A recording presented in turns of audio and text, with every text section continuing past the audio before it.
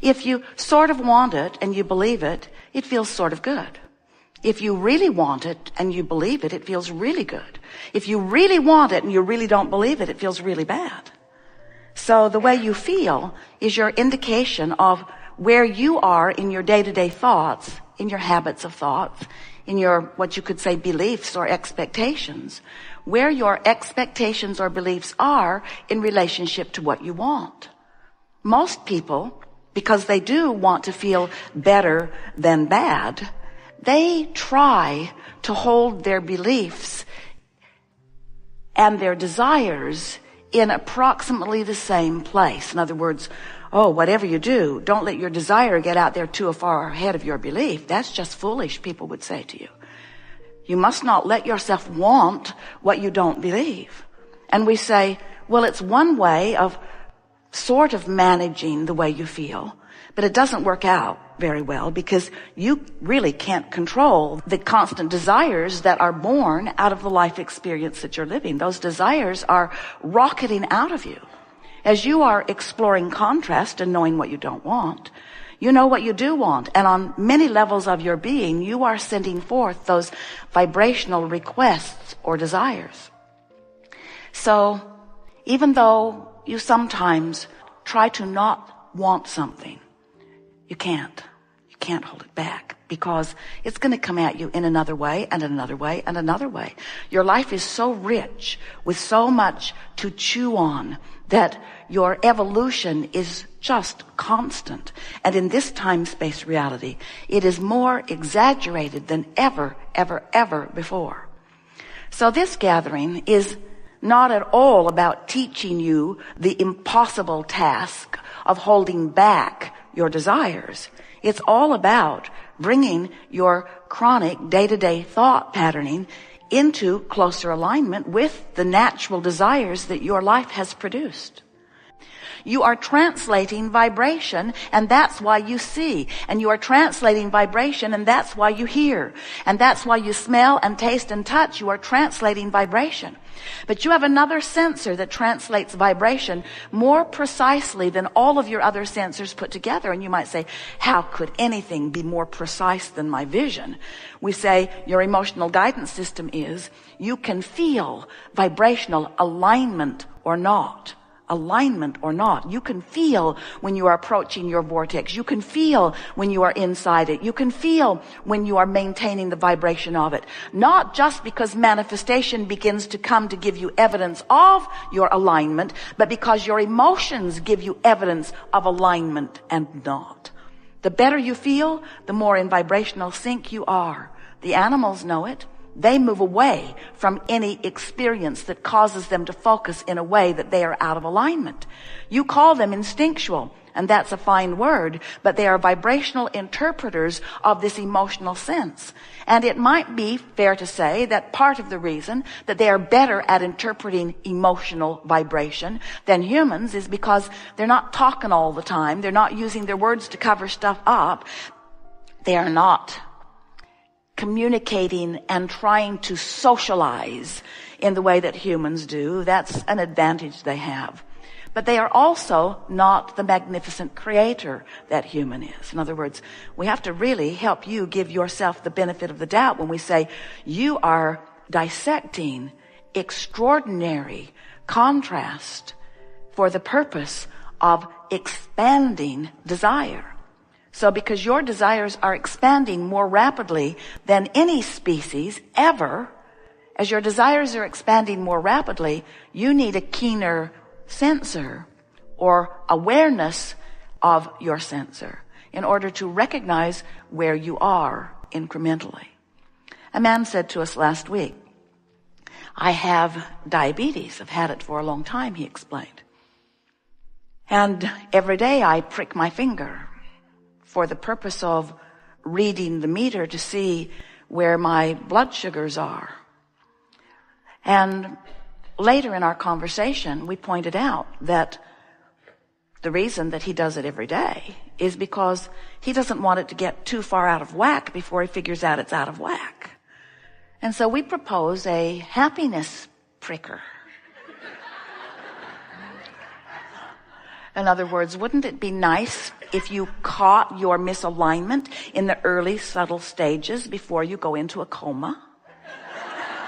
Wouldn't it be nice if you had that much attention? In other words, he's wise enough to know he wants to stay in balance. By the time this workshop comes to a close, we think it would be really nice if you had decided that you're going to pay attention to where you are emotionally and that you're going to make that your number one priority.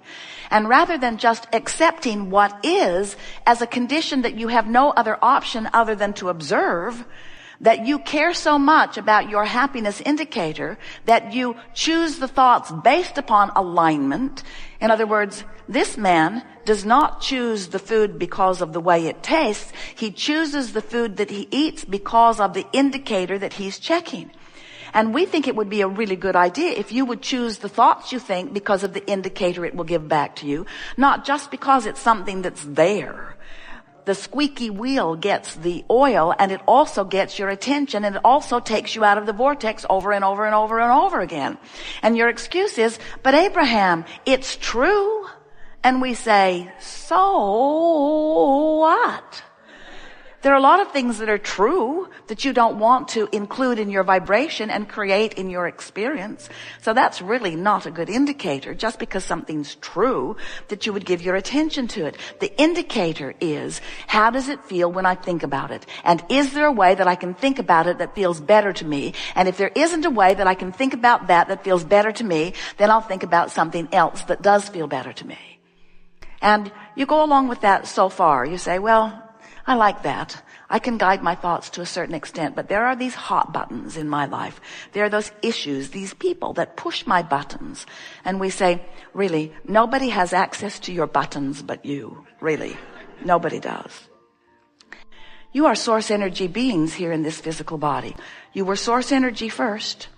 But even though a part of your consciousness is now fully focused into the personality that you know as you, there is a larger part of you who still remains non-physically focused.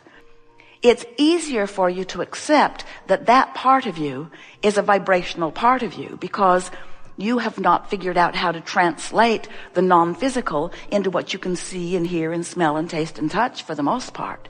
So non-physical, it's easy for you once you accept that there is something, and how could you not? How could you look at your magnificent planet spinning in perfect proximity to other planets?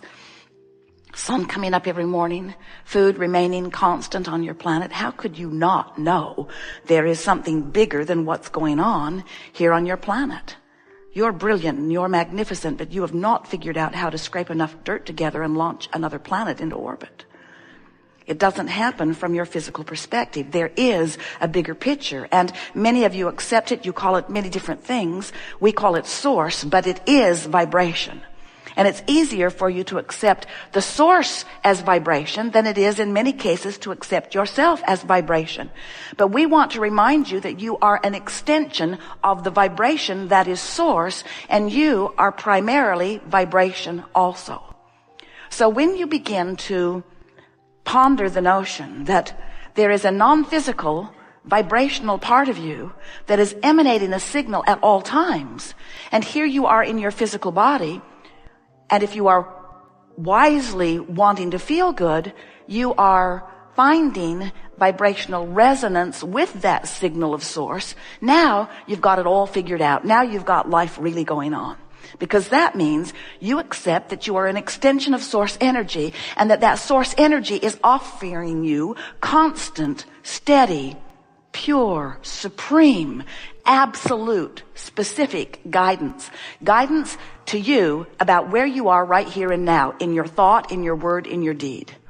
So when you realize that you're getting this constant feedback in the form of emotion, and that the better you feel, the more aligned you are with source, and the worse you feel, the more out of alignment you are with source. We call it allowing of alignment, or resisting of alignment.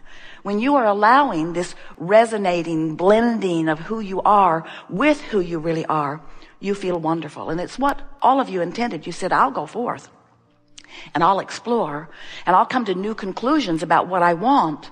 But as soon as I decide what it is I want, I will give my undivided attention to that signal that is being transmitted eternally from the source within me, and I will blend myself, feel myself, merge myself, align myself, not just with the source of who I am, but with all that that source of who I am has become because of what I'm living here in this physical experience.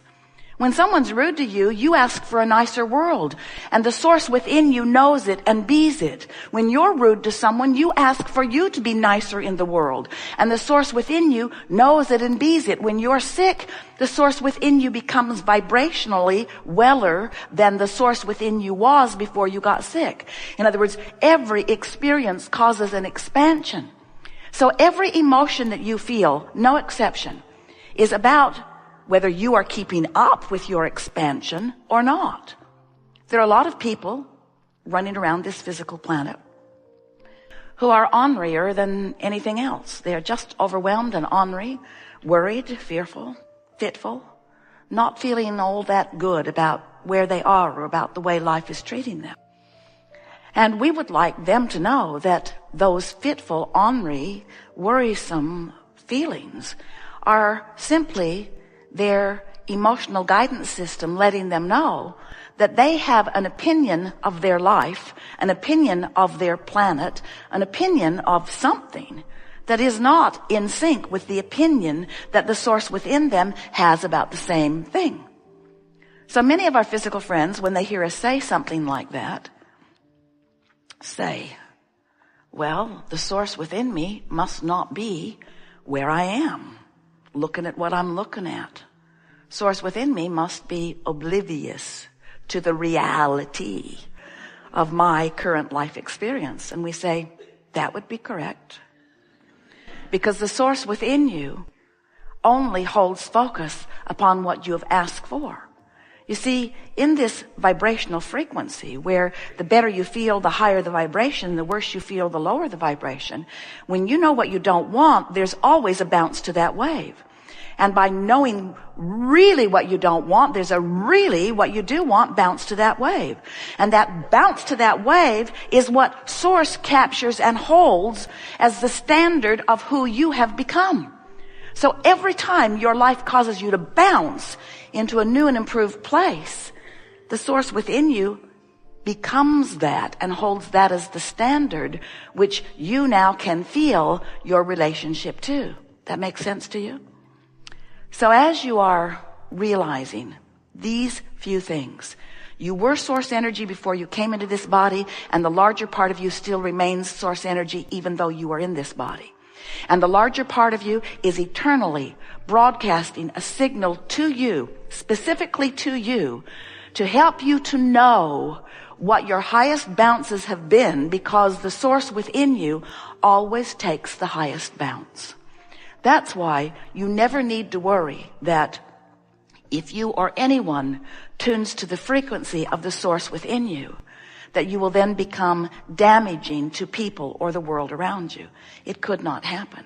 You can't be in sync with that pure positive energy of source, of that which is the quintessential love, a love that humans have not even come close to expressing or identifying. When you realize that you are in vibrational alignment with that source energy, then we like to proclaim you in the vortex of attraction, in the vortex of creation, in the vortex where you are, for the time of your pure positive emotion, you are tuned in, tapped in, turned on, you are up to speed, vibrationally up to speed with all that you have become. And it is the best moment in time that you can find. When you find a moment in time where you have focused yourself into alignment, and therefore there is no resistance present in your vibration, you are soaring with the full energy stream that creates worlds. And under those conditions, you feel clarity, you feel confident, you feel sure, you feel love, you feel passion and eagerness and vitality and enthusiasm for life. That's who you are. That's how you felt when you came, and that's how you'll feel as you leave, and that's how we think you deserve to feel. Now, We don't think you should have to croak in order to release resistance. You will. When you croak, you will. We try to be as disrespectful as death as we can be, since there isn't any.